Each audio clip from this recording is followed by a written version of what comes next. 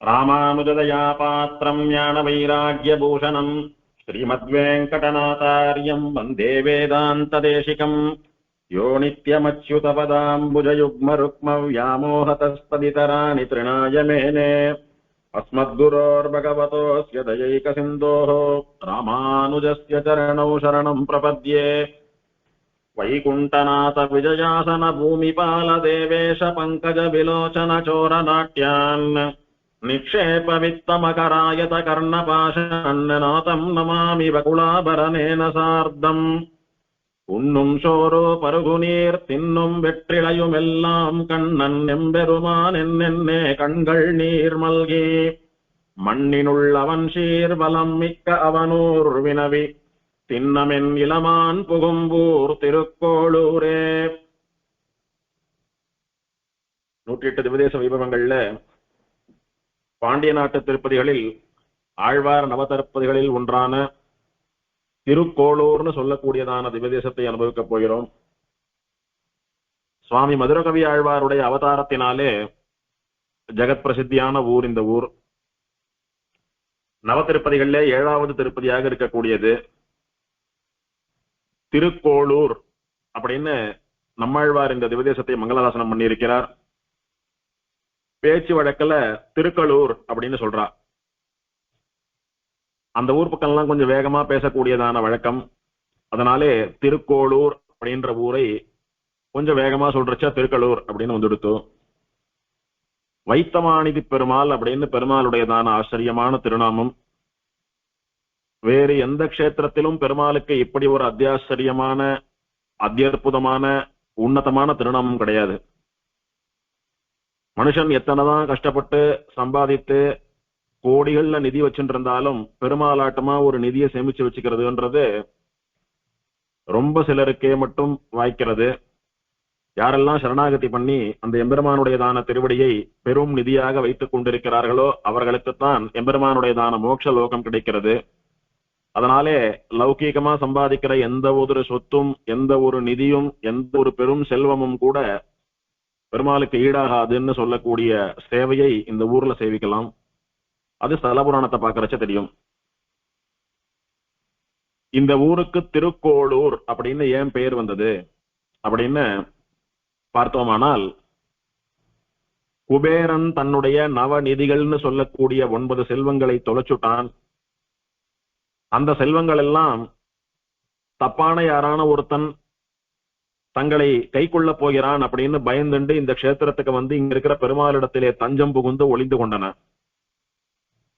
அப்போ அதர்ம தேவதையானது, குபேரா உன்னுடைய நவநிதிகள்னு சொல்லக்கூடியதான செல்வங்கள் எல்லாம் இந்த ஊர்ல இந்த பெருமாள் கிட்டக்கதான் ஒளிஞ்சுன்னு இருக்கு அப்படின்னு கோல் சொல்லித்தான். கோல் சொல்றது அப்படின்னா தமிழ்ல கலகம் ஊட்டுறதுன்னு. குபேரன் சாபத்தினாலே வருந்தப்பட்டிருக்கிறான். அதே மாதிரி தர்ம தேவதைக்கும் அதர்ம தேவதைக்கும் சண்டை. இந்த பெருமாளுடைய அனுகிரகத்தினாலே தர்மம் ஜெயிச்சுடுத்து, அதர்மம் தோத்து போயிடுத்து. தோத்த கோபத்திலே குபேரனிடத்துல போய் உன்னுடைய நிதிகள்லாம் இந்த ஊர்ல தான் இருக்கு அப்படின்னு கோல் சொல்லிட்டு போச்சு, சண்டையை மூட்டி விட்டுட்டு போச்சுன்னு சொல்லுவா. அதனால கோல் அப்படின்ற பெயர் வந்தது. திரு அப்படின்னு சொன்னால் செல்வம் அப்படின்னு சொல்றோமே தமிழ்ல. செல்வத்துக்கு அதிபதியாக இருக்கக்கூடியவன் குபேரன். அவன் 9 விதமான செல்வங்களை வைத்துக் கொண்டிருந்தான். நவநிதிகள் அப்படின்னு பேரு.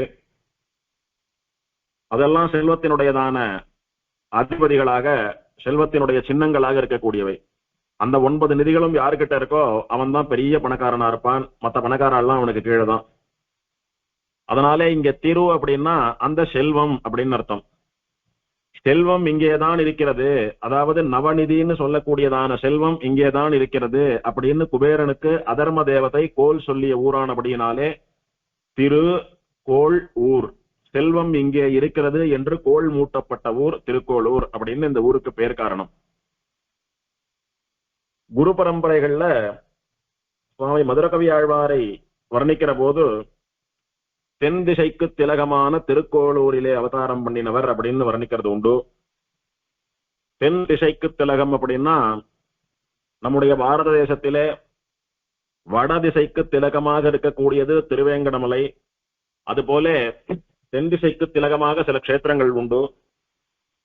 அதிலே விசேஷமா சுவாமி நம்மாழ்வார் அவதாரம் பண்ணினதான ஆழ்வார் திருநகரி என்ன, சுவாமி மதுரகவி ஆழ்வார் அவதாரம் பண்ணினதான திருக்கோளூர் என்ன, இதையெல்லாம் தென் திசைக்கு திலகம்னு சொல்லுவா. தெற்கு திசைக்கு திலகமாக இருக்கக்கூடியது. எதனாலே அப்படி சொல்றதுன்னா, உத்தர கங்கா தீரத்து உயர்தவத்தோன் வாழியே அப்படின்னு வடக்கே கங்கை கரையிலே தபஸ் பண்ணி கொண்டிருந்த மதுரகவிகளுக்கு தெற்கே ஆகாசத்திலே ஒரு சோதி தோன்ற, அது விலட்சணமான அத்விதீயமான ஜோதியா இருக்கிறதே, அது என்னன்னு பார்க்கலாம் அப்படின்னு அந்த ஜோதி அப்படியே பின்தொடர்ந்து கொண்டே தெற்கு நோக்கி வந்த போது அது ஆழ்வார் திருநகரியிலே திருப்புலி ஆழ்வார் அடியிலே கொண்டு விட்டது அப்படின்னு குரு பரம்பரை சொல்றது. அப்படி வடதிசையிலிருந்து பார்த்த போது தென் திசையிலே தோன்றிய திலகமானது ஜோதியானது ஆழ்வார் திருநகரிக்கு வந்து சேர்ந்தது. அந்த ஆழ்வார் திருநகரியிலே அவதாரம் பண்ணியிருந்த சுவாமி நம்மாழ்வாரை ஆச்சாரியராக கொண்டு அவரிடத்திலே சிஷ்யவிருத்தி பண்ணி கைங்கரியம் எல்லாம் பண்ணின மதுரகவி ஆழ்வார் அவதாரம் பண்ணின இந்த ஊரும் எப்படி நம்மாழ்வாரிலே மதுரகவி ஆழ்வார் அடக்கமோ அது மாதிரி இந்த திருக்கோளூர்னு சொல்லக்கூடியதான திவ்யதேசமும் ஆச்சாரியரான நம்மாழ்வார் அவதாரம் பண்ணின ஆழ்வார் திருநகரியிலே அடக்கம் என்று சொல்வதாக வைத்துக் கொண்டால், ஆழ்வார் திருநகரியிலே தெரிந்த அந்த ஜோதிஷு இந்த ஊருக்கும் உபலட்சணம் ஆனபடியினாலே தென் திசைக்கு திலகமாக திகழக்கூடிய திவ்யதேசம். வடக்கே இருந்து பார்த்தபோது ஆழ்வார் திருநகரியும் திருக்கோளூருமான இந்த இடங்கள் ஜோதி ஆட்டமா பிரகாசித்தன. அதுக்கு என்ன காரணம்னா, அங்க நம்மாழ்வார் எழுந்தருளி இருந்தார். அந்த ஜோதியாலே மதுரகவி ஆழ்வார் பயன்பெற்றது போல அவருடைய சம்பந்தத்தாலே இந்த திவ்யதேசம் பயன்பெற்றது அப்படின்னு அனுபவிச்சோமானா, இந்த திருக்கோளூர்னு சொல்லக்கூடியதான திவ்யதேசம் தென் திசைக்கு திலகமான திவ்யதேசம் அப்படின்ற அனுபவம் புரிக்கும். இது ஆழ்வார் திருநகரியிலிருந்து தென்கிழக்கிலே 2 கிலோமீட்டர் தூரத்திலே இருக்கக்கூடியதான திவ்யதேசம். இப்போது பெருமாளை அனுபவிக்கலாம். இங்கே பெருமாள் மூலவருக்கு வைத்த மாநிதி பெருமாள் அப்படின்னு திருநாமம். சம்ஸ்கிருதத்திலே நிக்ஷேப வித்தன் அப்படின்றதா பெருமாள் திருநாமம். பெருமாள் இங்கே புஜங்க சயனம் ஆதிசேஷன் மீது பள்ளி கொண்டிருக்கார். கிழக்கே திருமுக மண்டலம். ஆதிசேஷன் மேல சயனிச்சுருக்கிற பெருமாள் தரைக்கு மரக்கால வச்சுட்டு படுத்துருக்கார் அப்படின்னு சொல்லக்கூடியது இங்க ஒரு விசேஷம். பொதுவா பெருமாள் ஆதிசேஷன்ல பள்ளி கொண்டிருந்தாலும் சில திவ்யதேசங்கள்ல தலைக்கு திண்டு வச்சுட்டு படுத்துருப்பார் பெருமாள். தலையணைன்னு சொல்றோமே, தலையணை தலகாணியில் எல்லாம் சொல்றோமே, அந்த திண்டு வச்சுட்டு படுத்துருப்பார் பெருமாள். சில இடங்கள்ல தன்னுடைய கையையே தலைக்கு திண்டா வச்சுட்டு படுத்துருப்பார். ரொம்ப சில இடங்கள்ல தலைக்கு படிய மரக்கால வச்சுட்டு பெருமாள் படுத்துக்கிறது உண்டு. இந்த லோகத்துக்கே தான் தான் படியலக்கிறவன் அப்படின்றதுக்கு அடையாளமா உலகத்திற்கு தான் அளக்கக்கூடிய படியை தன் தலையிலே வைத்துக் கொண்டு சயனித்துக் கொண்டிருக்கிற பெருமாள். இந்த தலகாணி அதெல்லாம் போட்டுண்டா விழுப்பு, என்ன பண்றது ஏது பண்றது, அது துவைக்கிறோமா இல்லையான்னு தெரியாது. தலகாணி எல்லாம் துவைச்சோமானா அது ஒரு மாதிரி நைஞ்சு போடும். அதனால ஆச்சாரமா இருக்கிறவா வைதிகால் எல்லாம் இந்த தலகாணி எல்லாம் பயன்படுத்துறது இல்ல. தலைக்கு கையை வச்சுட்டு படுத்துப்பா, இல்லைன்னா படியை வச்சுட்டு படுத்துப்பா, இல்லைன்னா மரக்கட்டை மரத்துண்டு ஏதான வச்சுட்டு படுத்துப்பா, அது ஆச்சாரம். அதெல்லாம் படுத்துட்டோமானா பகல்ல படுத்துட்டாலுமே விழுப்பு இல்ல, திரும்ப தீர்த்தம் ஆட வேண்டாம் அப்படின்னு சொல்லக்கூடியதான ஒரு சுத்தி கிடைக்கும்.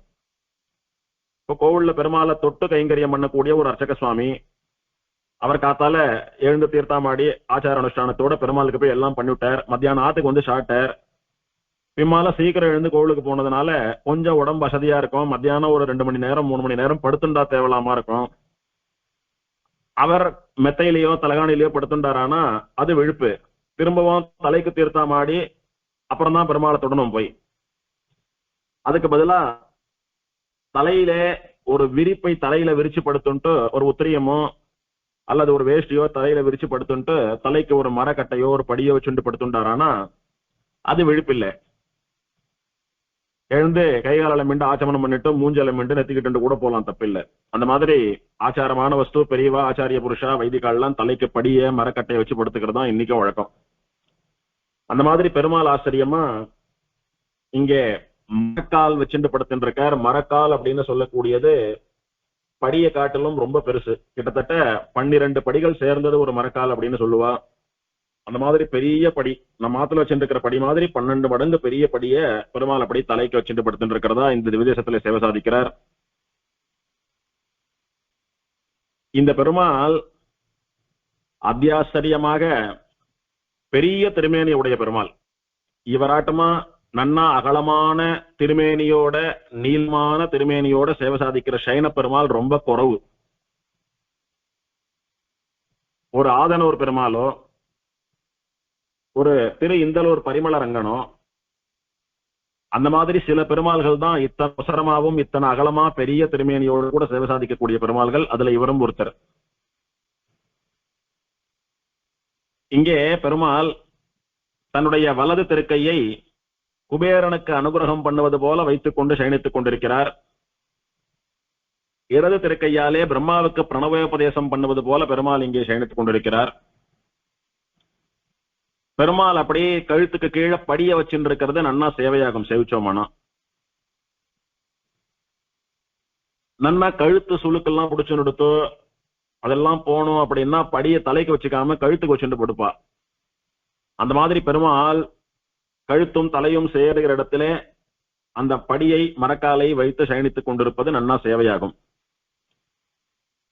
பெருமாளுடையதான திருமேனியிலேயே ஆச்சரியமா திருவாபரணங்கள் எல்லாம் கூட செதுக்கப்பட்டிருக்கின்றன. யக்ஞோபவீதம் என்ன, திருமார்பு நாச்சியார் என்ன, கையில வங்கி என்ன, நாகாபரணம் என்ன, இடுப்பிலே ஆச்சரியமான ஒட்டியானம் என்ன, திரு கைகளிலே தோடான்னு சொல்லக்கூடியதான கழல்கள் காப்புகள் என்ன, திருவடியிலே சதங்கைகள்னு சொல்லக்கூடிய தண்டைகள் என்ன, தலையிலே கிரீட்டம் என்ன, இப்படி எம்பெருமான் மூலவருடைய திருமேனியிலேயே நிறைய திருவாபரணங்கள் செதுக்கப்பட்டிருப்பது ஒரு ஆச்சரியமான சேவை. இந்த எம்பெருமானை சேவிக்க சேவிக்க சேவித்துக் கொண்டே இருக்கலாம் அப்படின்னு தோணும். அத்தனை அழகான பெருமாள். பெருமாள் தலைக்கு கீழே படிய வச்சுண்டு, அதாவது பெரிய படி மக்கால வச்சுண்டு, கையில அஞ்சனம்னு சொல்லக்கூடியதான மைய வச்சுண்டு சயனிச்சுட்டு இருக்கார் அப்படின்னு சொல்லுவா. அதுக்கு என்ன அர்த்தம் அப்படின்னு கேட்டால், நிறைய செல்வங்களை எல்லாம் பாதுகாத்து வைக்கிறவா அந்த செல்வங்களை எல்லாம் எங்க புதைச்சு வச்சிருக்காலோ அந்த இடம் தனக்கு மட்டும் தெரியும்படியாக கண்ணுல ஒரு விதமான மந்திர மை, ஒரு அஞ்சனம்னு சொல்லக்கூடிய மாந்திரீக மைய அப்படியே கண்ணுல தடவிண்டு பார்த்தாலன்னா இவா கண்ணுக்கு மட்டும் அந்த செல்வம் எங்கே புதைத்து வைக்கப்பட்டிருக்கிறதுன்னு தெரியுமா. அந்த மாதிரி பெருமாள் கையில மைய வச்சுண்டு தன்னிடத்திலே இருக்கக்கூடியதான நவநிதிகளும் பத்திரமா இருக்கா க்ஷேமமா இருக்கா அப்படின்னு அப்பப்ப பெருமாள் கண்ணுல மைய தடவிண்டு பார்க்கக்கூடிய கோலத்திலே படிய வச்சுண்டு படுத்துட்டு இருக்கார் அப்படின்னு சொல்லுவாங்க. இந்த பெருமாளுடைய திருநாமம் இருக்கிறதே ரொம்ப ஆச்சரியமான திருநாமம். வைத்தமாநிதி அப்படின்னு பெருமாளுடைய திருநாமம். இதை எப்படி பிரிக்கலாம் அப்படின்னா நிதி, மாநிதி, வைத்தமாநிதி அப்படின்னு 3 விதமாக அனுபவிக்கலாம். நிதி அப்படின்னா செல்வம், மாநிதி அப்படின்னா பெருஞ்செல்வம், வைத்தமாநிதி அப்படின்னா சேமித்து வைக்கப்பட்ட பெருஞ்செல்வம். செல்வம்னு சொல்லக்கூடியது நாம இந்த லோகத்திலே அனுபவிக்கக்கூடியதான பணமோ பொருளோ ஸ்வர்ணமோ வைரமோ ரத்தனங்களோ அந்த மாதிரி பணத்தை பொருளை சொல்லக்கூடியது செல்வம்னு சொல்லக்கூடிய வார்த்தை.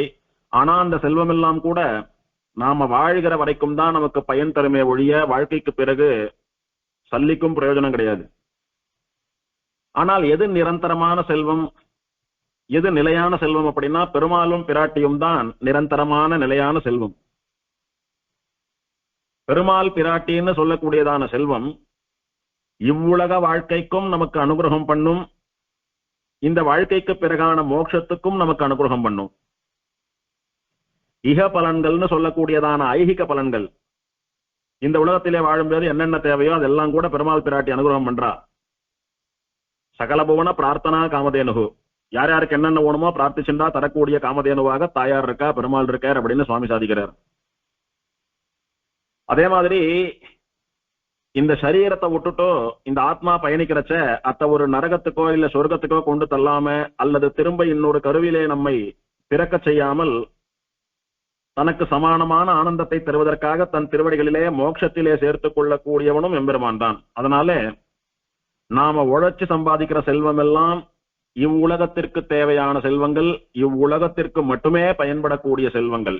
அது கேவலம் அல்ப செல்வம். அது இந்த உடம்பு விட்டுட்டோமானா எதுக்கும் பயன்படாது.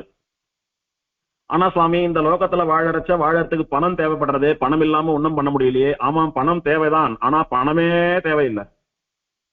பணமும் தேவை, இவ்வுலக வாழ்க்கைக்கான பணமும் தேவை. இந்த லோக வாழ்க்கை முடிஞ்சிடுத்துன்னா அதுக்கப்புறம் வாழக்கூடியதான பரசுகம்னு சொல்லக்கூடிய மோட்ச சுகமும் தேவை. இது ரெண்டுத்துக்கும் நமக்கு நம்முடைய பெரியவர்கள் பூர்வாச்சாரியர்கள் காட்டிய வழி பெருமாளும் பிராட்டியும். சில பேர் நினைச்சுக்கிறா பிராட்டி தாயார் அப்படின்னா கேவலம் பணத்தை கொடுப்பா, ஐஸ்வர்யத்தை கொடுப்பா, பணம் கொடுக்கறதுக்காக தான் பிராட்டியை சேவிக்கிறோம், தாயாரை சேவிச்சா பணக்காரனா இருக்கலாம்லாம் நினைச்சுக்கிறா. அப்படி இல்ல. பெருமாள் பிராட்டி ரெண்டு பேருமே இவ்வுலக செல்வத்தையும் தரக்கூடியவர்கள், மோட்சத்திற்கும் காரணமாகனவர்கள், சரணாகதியையும் ஏற்றுக்கொண்டு மோட்சமும் தருபவர்கள். கேவலம் பெருமாள் மட்டும் மோட்சம் தரதில்லை, பிராட்டியும் சேர்ந்துதான் கொடுக்கிறா. கேவலம் பிராட்டி மட்டும் தனம் கொடுக்கறது இல்ல, பெருமாளுடைய சம்பந்தத்தினால்தான் திருவுக்கும் திருவாகிய செல்வா அப்படின்னு ஆழ்வார் சாதிப்பது போல ரெண்டு பேரும் சேர்ந்துதான் எல்லாத்தையும் பண்ணிட்டு இருக்கா அப்படின்றத புரிஞ்சுக்கணும். ஆகையினாலே நாம கண்ணால பார்த்து கையால தொட்டு சம்பாதித்து அனுபவிக்கக்கூடிய செல்வம் எல்லாம் கேவலம் பணம் பொருள், இதெல்லாம் வெறும் செல்வம். அதுக்கு நிதின்னு பேரு. மாநிதி அப்படின்னா பெரும் செல்வம். அதாவது இவ்வுலக வாழ்க்கைக்கு தேவையான செல்வம் மட்டுமல்லாமல் மோட்சத்திற்கும் தேவையான செல்வம்னு சொல்லக்கூடிய பகவான், அது மாநிதி. வைத்த மாநிதினா என்ன அர்த்தம் அப்படின்னா, சுவாமி நிதியவே நாம போய் உழைச்சு சம்பாதிக்க வேண்டியிருக்கே, மாநிதிய சம்பாதிக்கிறது எவ்வளவு கஷ்டம், இனிமேல் தானே பிரயத்தனப்பட்டு சம்பாதிக்கணும் அப்படின்னா அப்படி இல்லை. நம்முடைய பூர்வாச்சாரியர்கள் சம்பாதிச்சு வைத்துட்டு போயிருக்கான் நமக்காக. நம்முடைய பூர்வர்களாலே, ஆச்சாரியர்களாலே, ஆழ்வார்களாலே, ரிஷிகளாலே சம்பாதித்து வைக்கப்பட்ட மாநிதி இந்த வைத்த மாநிதி. இது நமக்கு பரம்பரையா வரக்கூடிய தாயதனம் போல. இப்ப நாம ஏதோ படிக்கிறோம், படிச்சுட்டு ஏதோ ஒரு உத்தியோகத்துக்கு போறோம், என்னமோ சம்பாதிக்கிறோம், ஏதோ சொத்தை வாங்கினோம். நாம ரிட்டையர் ஆனா விட்டு பார்த்தா நாம சம்பாதிச்சதுல என்ன வாங்கியிருக்கோம், 2 ஆம் வாங்கியிருக்கோம், 4 இடம் வாங்கியிருக்கோம், ஏதோ கொஞ்சம் தங்கம் கொஞ்சம் பணம், அந்த மாதிரி ஏதோ கணக்கு பாக்குறோம்னு வச்சுக்கலாம். அதெல்லாம் நாம சம்பாதிச்சது. ஆனால் நமக்கு தாயதனமா பித்ருதனமா வந்த செல்வம்னு இருக்குமோ இல்லையோ, தாத்தா சம்பாதித்தது, பூர்வீக சொத்து, ஊர்ல இருக்கக்கூடிய நலம், ஊர்ல இருக்கக்கூடிய கழனி, அந்த மாதிரி எல்லாம் சொல்றாலே, அந்த மாதிரி நம்முடைய முயற்சி இல்லாமல் நம்முடைய பூர்வாச்சாரியர்களும் ஆழ்வார்களும் ஆச்சாரியர்களும் ரிஷிகளும் நம்முடைய ஆத்மாவுக்கு பிதாவாக தாத்தாவாக இருக்கக்கூடிய இவர்களெல்லாம் நமக்காக சம்பாதித்து சேமித்து வைத்த மகாநிதி, பெரும் செல்வம் இந்த பெருமாள். அந்த சொத்து நமக்கு எப்படி கிடைக்கும்? ஒண்ணுமில்ல, நான் இவருடைய பேரன் தான், இவருடைய கொள்ளு பேரன் தான் அப்படின்னு கிளைம் பண்ணினா போறோம். யார் அந்த சொத்தை சம்பாதிச்சு சேர்த்து வச்சிருக்காளோ அவளுக்கும் எனக்கும் உறவு உண்டு, சம்பந்தம் உண்டு அப்படின்னு கிளைம் பண்ணி அதுக்கு ஒரு சர்டிபிகேட்டை ப்ரொடியூஸ் பண்ணா போறோம், அந்த சொத்து நமக்கு வந்துடும், பங்கு வந்துடும் நமக்கு. அந்த மாதிரி நம்முடைய க்ஷேமத்திற்காக நம்முடைய பூர்வர்கள் சம்பாதித்து சேமித்து வைத்த இந்த வைத்தமானிதியினாலே நமக்கு லாபம் ஏற்பட வேணும் என்னால் நாமோ அவளுடைய சம்பந்தத்தை ஏறிட்டு கொண்டு சரணாகதி பண்ணிண்டா போறோம். எம்பெருமானே ஆழ்வார் சரணாகதி பண்ணினார், பின்னால ஆச்சாரியால் சரணாகதி பண்ணினா, எங்களுடைய பெரியவாள்லாம் சரணாகதி பண்ணினா, அதே பரம்பரையிலே வரக்கூடிய ஸ்ரீ வைஷ்ணவன் நானும் சரணாகதி பண்றேன். எப்படியானா எங்க முன்னோர்களான ஆழ்வார்களுக்கும் ஆச்சாரியர்களுக்கும் எங்க பெரியவாளுக்கும் அந்த எம்பெருமான் சொத்தோ அந்த எம்பெருமான் சொந்தமோ, அந்த மாதிரி அவளுடைய பரம்பரையிலே வரக்கூடிய எனக்கும் சரணாகதி பன்னெண்டபடியினாலே அந்த எம்பெருமான் சொந்தம், அவன் என்னுடைய சொத்தோ, அவன் மேல எனக்கு உரிமை இருக்கிறது அப்படின்னு கிளைம் பண்ணிக்கலாம், வேற ஒண்ணு வேண்டாம். இத சம்பிரதாய பரமா சொல்லணும் அப்படின்னா சித்தோபாயம் அப்படின்னு சொல்லணும். பெருமாளை அடையக்கூடியதான வழி என்னவோ அது உபாயம். உபாயம் அப்படின்னா பெருமாள் அடையிற வழி. என்ன வழி உண்டு அப்படின்னா சித்தோபாயம் சாத்தியோபாயம்னு 2 சொல்றார் சுவாமி தேசிகன்.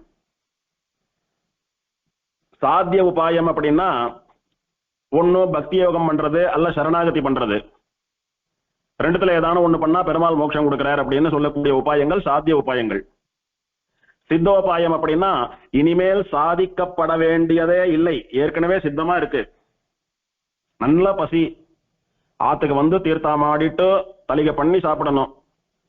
நல்ல பசி, ஆத்துக்கு அம்மா ஒரு தொத்தியோனம் பண்ணி வச்சிருக்கா, போன உடனே தீர்த்தாமாட்டா நன்னா சாதம் போடுவா. எது சுலபம், எது போக்கியம்? போன உடனே சாப்பிட்றதுக்கு சித்தமா இருக்கக்கூடிய ஆகாரம் தான் பசிக்கு உதவும். நாமளா போய் பண்ணிட்டு சாப்பிட்றதெல்லாம் ரொம்ப கொடுமை. அந்த மாதிரி எம்பெருமான் சித்தமான உபாயம். நீ பரிசிரமப்பட்டு பக்தி யோகம் பண்ண வேண்டாம், பரிசிரமப்பட்டு பிரபத்தி பண்ண வேண்டாம். எம்பெருமானே சித்தமான உபாயமாக இருக்கிறான். அவனை வரணம் அப்படின்னு சொல்லி வரிச்சு சரணாகதி மாத்திரம் பண்ணிண்டா போறோம். அப்படி பண்ற போது சித்த உபாயமாக ஏற்கனவே மோட்சம் தருவதற்கான வழியாக நம்முடைய ஆழ்வார் ஆச்சாரியர்கள் காட்டி கொடுத்த அந்த எம்பெருமான் சித்தமா காத்துட்டு இருக்கான். அப்படி எம்பெருமானே நீயே கதின்னு காலை பிடிச்சோம்ட்டா நம்மளை அப்படி சேர்த்துக்கிறான் பெருமாள். இப்படி சித்தோபாயனா நம்முடைய பூர்வர்களாலே நமக்காக சேமித்து வைக்கப்பட்ட மகா நிதியாக இருக்கக்கூடிய எம்பெருமான் வைத்தமாநிதி பெருமாள் அப்படின்னு இவனுக்கு திருநாமம். இது அப்படியே சம்ஸ்கிருதத்திலே நிக்ஷேப வித்தன், சேமித்து வைக்கப்பட்ட பெரும் தனம். இந்த சேமித்து வைக்கப்பட்ட பெரும் தனம் அப்படின்னு சொல்ற இடத்துல மணக்கால் நம்பிக்கும் ஆளவந்தாருக்கும் நடந்த ஒரு விஷயம் ஞாபகத்துக்கு வருது. ஆளவந்தார் சின்ன வயசுலேயே பெரிய பண்டிதரா ராஜசபைக்கெல்லாம் போய் ஆளவந்தார் அப்படின்னு பட்டம் எல்லாம் வாங்கி ராணியினாலே பந்தயம் கட்டப்பட்டு ஒரு குறுநிலத்தை ஆண்டு கொண்டிருந்த ராஜாவா இருந்துருக்கார். ஸ்ரீமன்னாத முனிகளுடைய வம்சத்திலே அவதாரம் பண்ணிட்டு ஆச்சாரியகம் பண்ணாமல் இப்படி ராஜாவா இருந்துருக்காரே, லௌகீக இன்பங்களிலே மூழ்கி கொண்டிருக்கிறாரே, இவரை திருத்தி பணி கொள்ள வேணும் அப்படின்னு ஸ்ரீமன்னாத முனிகளுடைய சிஷ்யரான உய்ய கொண்டார். அவருடைய சிஷ்யரான மணக்கால் நம்பி, அந்த மணக்கால் நம்பின்னு சொல்லக்கூடிய சுவாமி ஸ்ரீமன்னாத முனிகளுடைய பேரனாரான ஆளவந்தாரை திருத்தி பணி கொண்டு சம்பிரதாயத்துல அடுத்தபடியா ஆச்சாரியகம் பண்ண வைக்க வேணும் அப்படின்னு அவருடைய அரண்மனைக்கு போறார். போய் அவருக்கு தூதுவளை கீரையெல்லாம் கொடுத்து அவர் மனசுல இடம் பிடிச்சு அவருக்கு உபதேசம் எல்லாம் பண்ணி கடைசியில இந்த வார்த்தையை சொல்றார்.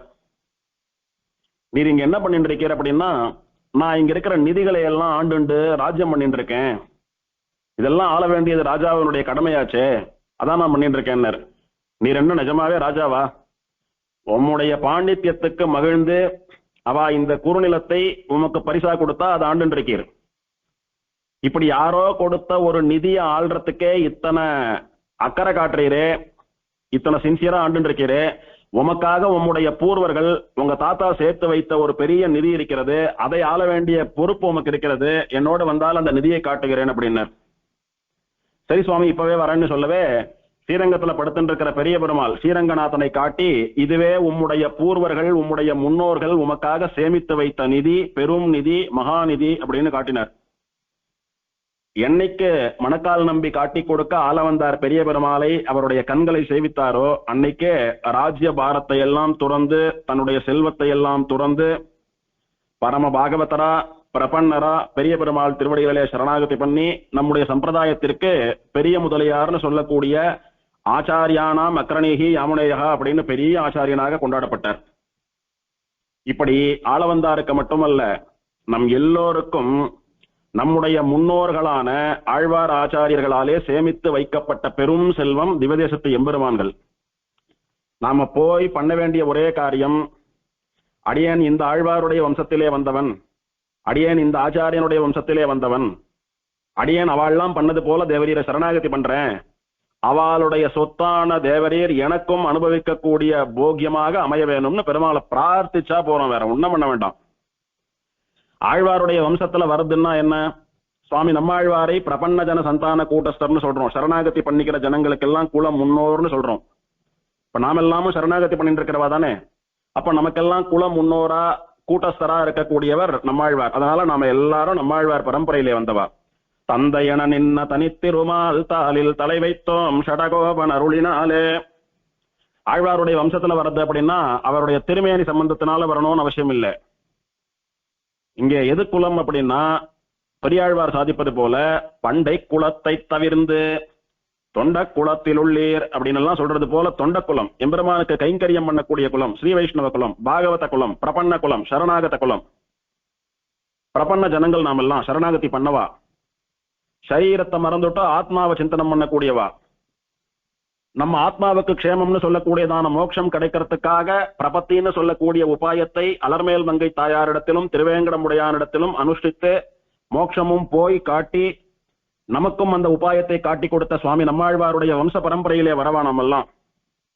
அடியே நம்மாழ்வாருடைய தாசன் அடியன் ஸ்ரீபாஷ்யக்காரருடைய தாசன், அடியன் சுவாமி தேசிகனுடைய தாசன் அப்படின்னு எம்பெருமானிடத்திலே இவாளுடைய சம்பந்தத்தை மட்டும் தெரிவித்துக் கொண்டு பெருமாள் பார்ப்பான். அவளுடைய பரம்பரையில வந்தவன், அவளுடைய தாசன், அவளை உறவு சொல்லிக்கிறானே, அதுக்கு என்ன ஆதாரம் இவனிடத்துல? என்ன ஆதாரம்? சரணாகதி ஆகியிருக்கணும், வரநியாசம் ஆகியிருக்கணும். அதுதான் நமக்கு அவளுடைய வாரிசுன்னு கிளைம் பண்ற சர்டிபிகேட் மாதிரி. ஆமாம், இவன் அவளை சேர்ந்தவன் தான், அவளாட்டுமே நம்ம இடத்துல சரணாகதி பண்ணியிருக்கான் அப்படின்னு எதை வேண்டுமானாலும் தரக்கூடிய பெருமாள் தன்னையே அனுபவிக்கும்படியாக கொடுக்கிறான். அதாவது வைகுண்டத்துல தன்னை அனுபவிக்கும்படியா மோட்சம் கொடுக்கறதுன்றது ரெண்டாவது. சரணாகதி ஆன க்ஷணத்தில இருந்து இவ்வுலக வாழ்க்கையிலேயே எம்பெருமான் தன்னை அனுபவிக்கும்படியா அர்ச்சாவதார அனுபவத்தை கொடுக்கறான் பாருங்க, அது முக்கியம் ரொம்ப. ஏன்னா என்னைக்கோ சரீரம் உழப்போறது, அன்னைக்கு மோட்சம் கிடைக்கிறது சரி, அது வரைக்கும் எம்பெருமானுடைய அனுபவமும் கைங்கரியமும் கிடைக்க வேண்டாமா? அதை எம்பெருமான் எப்படி தருவான் அப்படின்னா இப்படி தருவான், ஆழ்வாராச்சாரியாளுடைய சம்பந்தத்தினாலே தருவான். அப்படி நம்முடைய பூர்வர்கள் சேமித்து வைத்த வைத்தமாநிதியாக இந்த எம்பெருமான் எழுந்தருள் இருக்கிறான். இப்படி ஆழ்வாருடைய பாசுரங்களை கொண்டு எம்பெருமானை அனுபவித்தால் தான் அந்த அனுபவம் பூர்த்தியாகும். திவ்ய தேசங்கள் நிறைய முறை சேவிச்சிருக்கோம், இன்னும் நிறைய சேவிப்போம். ஆனாலும் ஸ்தல புராணமே தெரியாமல், ஆழ்வார் பாசுரமே தெரியாமல், ஆழ்வார் பாசுரத்துக்கு அர்த்தமே தெரியாமல், ஒரு முறையும் ஸ்தல புராணத்தை படிக்கவோ கேட்கவோ செய்யாமல், ஆழ்வார் பாசுரங்களுக்கு அர்த்தத்தை படிக்கவோ கேட்கவோ செய்யாமல் வெறும திவதேசத்தை போய் சேவிச்சுட்டு வர்றதுக்கும், நன்னா ஸ்தல புராணம் தெரிஞ்சுண்டு ஆழ்வார் பாசுரங்கள் அதுக்கு அர்த்தம் அனுபவம் இதெல்லாம் தெரிஞ்சுண்டு போய் திவதேசத்துல பெருமாளை சேவிக்கிறதுக்கும் எத்தனையோ வித்தியாசம் உண்டு. மலைக்கும் மடுவுக்குமான வித்தியாசம். ஒரு 30-40 வருஷத்துக்கு முன்னால இருந்த பெரியவா, நம்ம பெரியவாள்லாம் 108 திவதேசம் அப்படின்ற கான்செப்டே அவளுக்கெல்லாம் ரொம்ப புதுசு. அவ்வளவு ஃபெமிலியர் கிடையாது அவளுக்குள்ள. நமக்குள்ள இருக்கிற மாதிரி அவளுக்கு அத்தனை ஃபெமிலியர் கிடையாது. ஏன்னா அவெல்லாம் ரொம்ப ஆச்சாரமா இருந்தவா, வெளியில தீர்த்தம் கூட சாப்பிட மாட்டா, ரொம்ப கஷ்டம். எங்க போனாலும் எது வேணாலும் வாங்கி சாப்பிட்டுக்க மாட்டாவா. ஸ்ரீ வைஷ்ணவாலே கொடுக்குறா, கோவிலே பிரசாதம்னா கூட வாங்கி சாப்பிடாத காலம் அதெல்லாம். அந்த மாதிரி ரொம்ப ஆச்சாரமா இருந்தா அவ ஆச்சாரத்துக்கு இந்த மாதிரி சஞ்சாரம் எல்லாம் ரொம்ப கஷ்டம். அதுவும் இல்லாம திவதேசங்கள்லாம் ஒன்னொன்னு ஒரு பக்கம் இருக்கு. இப்ப இருக்கிற மாதிரி பணம் கிடையாது. அப்போ ட்ரெயின் ஏற மாட்டா, பஸ் ஏற மாட்டா, கார் சௌகரியம் எல்லாம் கிடையாது. சேவிச்ச மட்டும் போறோம் அப்படின்னு அவளுக்கு அவ ஆச்சார அனுஷ்டானத்துக்கும் அவளுடைய நிதி நிலைமைக்கும் எந்த பெருமாளை எவ்வளவு சேவிக்க முடிகிறதோ அது போறோம். ஆனால் அவள் ஆட்டமா பெருமாளை சேவிச்சவா யாரும் கிடையாது. சேவிச்சதுனாலே பெருமாளா இருந்தாலும் அத்தனை ஆச்சரியமா பெருமாளை வாரி சாட்டிருப்பாவா. அப்படிதான் பெருமாளை சேவிக்க வேணும். இப்ப நாம எல்லாம் என்ன பண்றோம், 108ல 106 சேவிக்க முடியறது, எத்தனை சேவிக்கிறேன் பார் அப்படின்னு கணக்கு வச்சுக்கிறத பெருசா நினைச்சுட்டு, சுவாமி நான் 90 சேவிச்சிருக்கேன், எனக்கு 80 ஆயிருக்கு, எனக்கு 100 ஆயிருக்கு, எனக்கு 60 ஆயிருக்கு அப்படின்னு நம்பரை பெருசா நினைச்சுட்டு ஏதோ டூர்ல போறோம், ஒரு நாளைக்கு 10 கோவில் இல்ல சேர்ந்த மாதிரி கார்ல போறோம், அங்கங்க இறங்கி இறங்கி பெருமாளை சேவிச்சுட்டு அங்க என்ன விசேஷம், என்ன வைபவம், ஆழ்வார் எப்படி அனுபவிச்சிருக்கார், பெருமாள் இடத்துல என்ன வித்தியாசம், பெருமாள் எப்படி சேவை சாதிக்கிறார், வித்தியாசமா ஏதான இருக்கா, இது எதையுமே மனசுல வச்சுக்காம போறோம், சேவிச்சுட்டு வந்துடுறோம். அது விஷயமே கிடையாது. அதே மாதிரி 106 திவதேசங்களையும் சேவித்தாதான் மோட்சம்னு எங்கேயும் சொல்லல. சேவிக்கிறது வரைக்கும் நல்ல அனுபவமா சேவிச்சா போறோம். ஒரு 15-20 விதமான பக்ஷணங்களும் தலிகைகளும் சாப்பிடுறோமா, அல்லது வெறும் மோர் சாதமானும் திருப்தியா சாப்பிடுறோமா, இது ரெண்டுத்துக்குமான வித்தியாசம் தான் இது. 15-20 விதமான கரும்புதோட கூட சாப்பிடுறோம், ஒண்ணுமே நன்னா இல்ல, எதையுமே சரியா வேகல, அறக்க பறக்க அப்படியே போட்டு சாப்பிடுறோம், ருசிக்கல, உடம்புக்கு ஆரோக்கியம் கிடையாது. அதுவும் பெருசா இல்ல, நன்னா வெந்த ருச்சியா இருக்கிற, உடம்புக்கு ஒண்ணும் பண்ணாத, வயத்துக்கு குளிர்ச்சியா இருக்கிற மோர் சாதம் பெருசா. 15-20 விதமான போகியங்களோடு சாப்பிடலாம். ஆனா எல்லாம் நல்லதா, ருச்சியானதா, உடம்புக்கு ஒண்ணும் பண்ணாததா இருந்தா பரவாயில்ல. அது எப்படி வாய்க்கும் அப்படின்னா, நிதானமா ஒரு பெருமாளா அனுபவிச்சு நிதானமா சேவிக்கணும். ஸ்தல புராணம் தெரிஞ்சுட்டு சேவிக்கணும். ஆழ்வார் பாசுரத்தையும் அனுபவத்தையும் தெரிஞ்சுட்டு சேவிக்கணும். அந்த மாதிரி ஒரு நாளைக்கு ஒரு திவதேசம், அல்லது கார்த்தால ஒண்ணு சாயங்காலம் ஒண்ணு, அவ்வளவுதான், அதுக்கு மேல வேண்டாம். அப்படி சேவிச்சோமானா, முதல்ல ஒரு 2 முறை அந்த மாதிரி சேவிச்சோமானா பெருமாள், ஆழ்வார் பாசுரம், ஸ்தல புராணம், பெருமாள் அனுபவம் எல்லாம் மனசுல நன்னா பதிஞ்சு போயிடும். அதுக்கப்புறம் திரும்ப திரும்ப போறச்ச நன்னா சேவிச்சு பழகின திவதேசமா, அப்போ ஒரே லைன்ல போனா ஒரு 5-6 திவதேசங்கள் 10 திவதேசங்கள் சேவிக்கலாம் அப்படின்னா அப்ப வேக வேகமா போய் பெருமாள் சேவிச்சுட்டு வந்துடலாம். ஆனா போறதே ஒரு முறை, என்னைக்காவது ஒரு முறை போறோம், போறதும் பெருமாளை போய் சேவிச்சுட்டு வெளில வந்து திவ்யதேசம் ஆயிடுத்துன்னு டிக் போட்டா அது பிரயோஜனம் அல்ல. அதனால இப்படியெல்லாம் ஆழ்வார்கள் காட்டி கொடுத்தபடி எம்பெருமானை அனுபவித்து சேவிக்கக்கூடியதான அனுபவம் தான் நமக்கு என்னைக்கும் நிலைச்சு நிற்கக்கூடியதான அனுபவம். உற்சவருக்கு நிக்ஷேப வித்தன், நித்திய பவித்ரன் அப்படின்னு திருநாமம். நித்திய பவித்ரன் அப்படின்னா எப்போதும் தூய்மையாக இருக்கக்கூடிய பெருமாள், தன்னை சேவிக்கிறவர்களை எப்போதும் தூய்மையானவர்களாக வைத்துக் கொண்டிருக்கக்கூடிய பெருமாள். சேவிக்கிறவால தூய்மையா வச்சுக்கிறதுனா என்ன? பெருமாள் எப்போதும் தான் பவித்திரனா இருக்கிறது சரி, பல்லாண்டென்று பவித்திரனை பரமேட்டியை அப்படின்னார் ஆழ்வார். அவன் பவித்திரன் தான். இங்கே பவித்திரன்னா என்ன? சுத்தமானவன், அழுக்கில்லாதவன், சுத்தமா குளிச்சுட்டு இருக்காரு பெருமாள் அர்த்தமா? அப்படி இல்ல. இங்கே பவித்திரமானவன் அப்படின்னா கர்ம சம்பந்தம் இல்லாதவன் அர்த்தம், பாவ புண்ணிய சம்பந்தங்கள் இல்லாதவன் அர்த்தம். இவன் நித்திய பவித்திரன் தான். என்னைக்கும் பெருமாளுக்கு கர்ம சம்பந்தம் வந்ததே இல்ல, வரவும் வராது. அதனால இவன் எப்போதும் பவித்திரனாக இருக்கக்கூடியவன் நித்திய பவித்திரன் தான். நம்மளையும் அந்த மாதிரி வச்சுக்கக்கூடிய சக்தி படைத்தவன் பெருமாள். அதுதான் வித்தியாசம் மற்ற தேவதைகளுக்கும் பெருமாளுக்கும். இவன் கர்ம சம்பந்தம் இல்லாமல் இருப்பது போல இவனை சேவிக்கக்கூடிய அடியவர்களையும் கர்ம சம்பந்தம் இல்லாமல் பண்ணக்கூடியவன். அது எப்படின்னா, சரணாகதி பண்ணிடுறோம், பண்ணிடுத்தானா நம்முடையதான பலன் தொடுக்க தொடங்கிய கர்மாக்களை விட்டு மற்ற இருக்கக்கூடிய கர்மாக்களை எல்லாம் பெருமாள் எரிச்சுடுறான். ஒன்னும் பலன் தர தொடங்கிய கர்மாக்களும் சரீர வசாத்து இந்த சரீரம் முடியறதுக்குள்ளேயே முடிஞ்சு போறது. அப்போ கர்ம சம்பந்தம் இல்லாமல் ஜனன மரணம் இல்லாமல் நம்மை தன்னோடு ஒக்க சீவை குண்டத்திலே வைத்துக் கொண்டு அழகு பார்த்து அனுபவம் தரக்கூடிய பெருமாள். இந்த சக்தி பெருமாளை தவிர யாருக்கும் கிடையாது. ஆகையினாலே இவன் நித்தியம் பவித்திரனாக இருக்கிறது மட்டுமல்லாமல் இவனை ஆசிரியத்து சரணாகதி பண்ணின அடியவர்களையும் நித்திய பவித்ராலா கர்ம சம்பந்தம் இல்லாதவாளா ஆக்கக்கூடிய சக்தி படைத்த பெருமாள். அதனால நித்திய பவித்ரன். மூலவருடைய திருநாமமான நிக்ஷேப வித்தன் என்பதும் இந்த எம்பெருமானுக்கு திருநாமம். இந்த பெருமாள் 4 திருக்கரங்களோடு சேவை சாதிக்கிறார். மேல் 2 திருக்கரங்களாலே சங்க சக்கரங்களை ஏந்திக் கொண்டு கீழே வலது திருக்கரத்தை வரதஹஸ்தம்னு சொல்லக்கூடிய தன்னுடைய திருவடிகளை காட்டி கொடுக்கக்கூடியதான ஹஸ்தமாக வைத்துக் கொண்டு திருவேங்கடமுடையான் மூலவரை போல இடது திருக்கரத்தை கதையை ஊன்றிக் கொண்டிருக்கக்கூடிய ஹஸ்தமா வச்சிருக்கார் பெருமாள். பெருமாளுடைய திருமேனியிலேயே கதை கிடையாது. ஆனா கதையை புடிச்சுட்டு இருக்கிற மாதிரியான திருக்கோலம், எப்படியானா ராமர் வில்ல புடிச்சுட்டு இருக்கிற மாதிரியான திருக்கோலத்துல விக்கிரகம் பண்றோமோ அந்த மாதிரி. கதை வேணும்னா சமர்ப்பிக்கலாம், வேண்டாம்னா எடுத்துடலாம். அந்த மாதிரியான திருமேனி பெருமாளுக்கு. ரொம்ப அழகா சேவை சாதிக்கக்கூடிய பெருமாள். பெருமாளுடைய கூட ஸ்ரீதேவி பூமிதேவின்னு சொல்லக்கூடிய உபயநாச்சிமார்கள் சேவை சாதிக்கிறார். இவன் நிக்ஷேப வித்தன் நித்திய பவித்ரன் சொல்லக்கூடிய உற்சவர். இங்கே தாயார் அப்படின்னு பார்த்தா கர்ப்ப கிரகத்திலே உற்சவரான பெருமாளுக்கு உபயநாச்சிமாரான ஸ்ரீதேவி பூமிதேவி மட்டும்தான். பெருமாளுடைய கர்ப்ப கிரகத்துல தாயார் மூலவர் யாரும் கிடையாது. அதுக்கு பதிலா இங்கே 2 தனிக்கோயில் நாச்சியார் உண்டு. பெருமாள் சன்னதியை பிரதட்சணமா வரைச்ச பெருமாளுக்கு வலது பக்கம் ஒரு தாயார் சன்னதி, பெருமாளுக்கு இடது பக்கம் ஒரு தாயார் சன்னதின்னு 2 தனிக்கோயில் நாச்சியார்கள் உண்டு. அதிகாரார்ச்சைன்னு சொல்லக்கூடிய தனிக்கோயில் நாச்சியார். பெருமாள் சன்னதியை பிரதட்சணமா வரைச்ச பெருமாளுக்கு வலது புறத்திலே ஸ்ரீதேவியினுடைய அம்சமான கோளூர் வள்ளின்னு சொல்லக்கூடிய தாயார் 4 திருக்கரங்களோட சேவை சாதிக்கிறாள். அவள் அமர்ந்த திருக்கோலத்திலே சேவை சாதிக்கக்கூடிய தாயார். மேல் 2 திருக்கரங்களாலே தாமரைகளை ஏந்திக் கொண்டு கீழே வலது திருக்கரம் அபயஹஸ்தமாகவும் இடது திருக்கரம் வரதஹஸ்தமாகவும் என் திருவடிகளில் சரணாகதி பண்ணினா நான் உங்களுக்கு அபயம் தருகிறேன்னு சொல்வது போல அமர்ந்த திருக்கோலத்திலே சேவை சாதிக்கக்கூடிய தாயார் கோளூர் வள்ளின்னு சொல்லக்கூடிய தாயார். திவ்ய தேசத்திற்கு கோளூர்னு பேரு. பெருமாள் இந்த கோளூருக்கு நாயகனாக இருக்கக்கூடியவன். கோளூர் வள்ளின்னு சொல்லக்கூடிய தாயார் இந்த திவ்ய தேசத்திற்கு அதிபத்னியா நாயகியாக இருக்கக்கூடியவள். வைத்தமாநிதி பெருமாளுடைய தர்மபத்னி திவ்ய மகிஷி பட்ட மகிஷி. இவள் கோளூர் வள்ளி, ஸ்ரீதேவியினுடைய அம்சம்.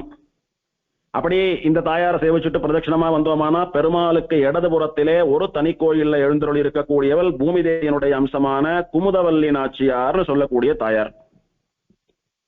இந்த குமுதவல்லி நாச்சியாரும் முன்னால சொன்ன கோளூர் வள்ளி நாச்சியாரை போலவே 4 திருக்கரங்களோட அமர்ந்த திருக்கோலத்திலே சேவை சாதிக்கக்கூடிய நாச்சியார். இந்த தாயாரும் மேல் 2 திருக்கரங்களாலே தாமரை புஷ்பங்களை ஏந்திக் கொண்டு கீழே வலது திருக்கரம் அபயஹஸ்தமாகவும் இடது திருக்கரம் வரதஹஸ்தமாகவும் கோளூர் வள்ளி தாயாரை போலவே சேவை சாதிக்கக்கூடிய தாயார். ஆக கோளூர் வள்ளி குமுதவல்லின்னு 2 நாச்சியார்கள், தனிக்கோயில் நாச்சியார்கள் இந்த ஊர்ல. பெருமாள் சயனிச்சென்றிருக்கிற விமானத்துக்கு ஸ்ரீகர விமானம் அப்படின்னு பேரு. ஸ்ரீகரம் அப்படின்னா 2 அர்த்தம். ஒன்னு மங்களகரம் அப்படின்னு அர்த்தம், இது சாமான்யமான அர்த்தம். விசேஷமான அர்த்தம் அப்படின்னா லக்ஷ்மிகரம் அப்படின்னு அர்த்தம். ஸ்ரீகரம் அப்படின்னா இங்க ஸ்ரீ அப்படின்னா செல்வம் அப்படின்னு அர்த்தம், ஐஸ்வர்யம். இந்த விமானத்துக்கு கீழே போய் இருக்கிற பெருமாளை சேவிக்கிறவாளுக்கு ஐஸ்வர்யத்தை, செல்வத்தை தரக்கூடியதான விமானம். அதனாலே ஸ்ரீகர விமானம், ஐஸ்வர்யம் தரக்கூடிய விமானம். இன்னொன்னும், இந்த விமானத்துக்கு கீழே போய் இருக்கிற பெருமாளை சேவிக்கிறவாளுக்கு லக்ஷ்மியை அனுகிரகம் பண்ணக்கூடியதான விமானம் அப்படின்னு லக்ஷ்மீகர விமானம்னு ஒரு அர்த்தம். செல்வத்தை அனுகிரகம் பண்றதுன்னா புரியுறது, நல்ல உத்தியோகம் கிடைக்கும், நிறைய சம்பளம் கிடைக்கும், நன்னா தொழில் பண்ணலாம், தொழில நன்னா லாபம் வரும், நிறைய ரத்தனங்கள் சொத்துக்கள்லாம் கிடைக்கும், அது புரியுறது. லக்ஷ்மியை அனுகிரகம் பண்றதுன்னா என்ன அப்படின்னா, லக்ஷ்மி அப்படின்னாலே ஐஸ்வர்யம், செல்வம் அப்படின்னு தான் அர்த்தம். அதுதான் ஏற்கனவே சொல்லி எடுத்தேன்னா, கேவலம் லௌகீக செல்வம் மட்டுமல்ல, காசு, பணம், பூமி, ரத்தனம், தங்கம், வைரம் அது மட்டுமல்ல. ஸ்ரீ வைஷ்ணவனுக்கு, பிரபன்னனுக்கு உயிர் போல இருக்கக்கூடியதான கைங்கரிய லக்ஷ்மி. லக்ஷ்மணனுக்கு ஏன் லக்ஷ்மணன் பேர் சூட்டினா? லக்ஷ்மணோ லக்ஷ்மி சம்பன்னகா, லக்ஷ்மியோடு கூட விளங்குபவன் அப்படின்றதுனால லக்ஷ்மணன் பேர் சூட்டினா. இது என்ன, ராமன் தானே லக்ஷ்மியோடு கூட விளங்குபவன். லக்ஷ்மணனை எப்படி அப்படி சொல்லலாம் அப்படின்னா, லக்ஷ்மணன் கைங்கரிய லக்ஷ்மியோடு கூட விளங்குபவன். லக்ஷ்மணன் ஆட்டமா கைங்கரியம் பண்ணவா யாரான இருக்காளா? ஒருத்தரையும் காட்ட முடியாது. அவன் ஆட்டமா பெருமாளுக்கு 14 வருஷ காலங்கள் சாப்பிடாம தூங்காம, மனைவியை துறந்து, சுக போகங்களை துறந்து, ராஜ்யத்தை துறந்து, செல்வத்தை துறந்து, ஆரோக்கியத்தை மறந்து கைங்கரியம் பண்ணவா யாரும் கிடையாது. ஆகையினாலே லக்ஷ்மணோ லக்ஷ்மி சம்பன்னகா என்னால் லக்ஷ்மணோ கைங்கரிய லக்ஷ்மி சம்பன்னகா அப்படின்னு ஒரு அடியவனுக்கு உயிர் நாடி போலே பிரதானமான பாக்கியமாக இருக்கக்கூடிய, அடியார்களுக்கு பிராணன் போலே இருக்கக்கூடிய கைங்கரிய லக்ஷ்மி. கைங்கரியம் எப்ப பண்ணலாம்? எப்போ சரணாகத்தாலா பிரபன்னாலா இருக்கிறோமோ அப்பதான் கைங்கரியம் பண்ணக்கூடியதான ஒரு ஸ்திதி, ஒரு யோகியத்தை வரும் நமக்கு. சமாசிரயணம் பண்ணிண்டா பெருமாளுக்கும் பாகவதாலுக்கும் கைங்கரியம் பண்ணக்கூடியதான அருகதை வந்துடுத்து. எனக்கு பகவானுக்கும் பாகவதாலுக்கும் கைங்கரியம் பண்றதுக்கான தகுதியை ஏற்படுத்தி கொண்டு இனி அவளுக்கு கைங்கரியமே பண்ண போறேன் அப்படின்னு அர்த்தம் சமாசிரயணம் பண்ணிக்கிறதுக்கு.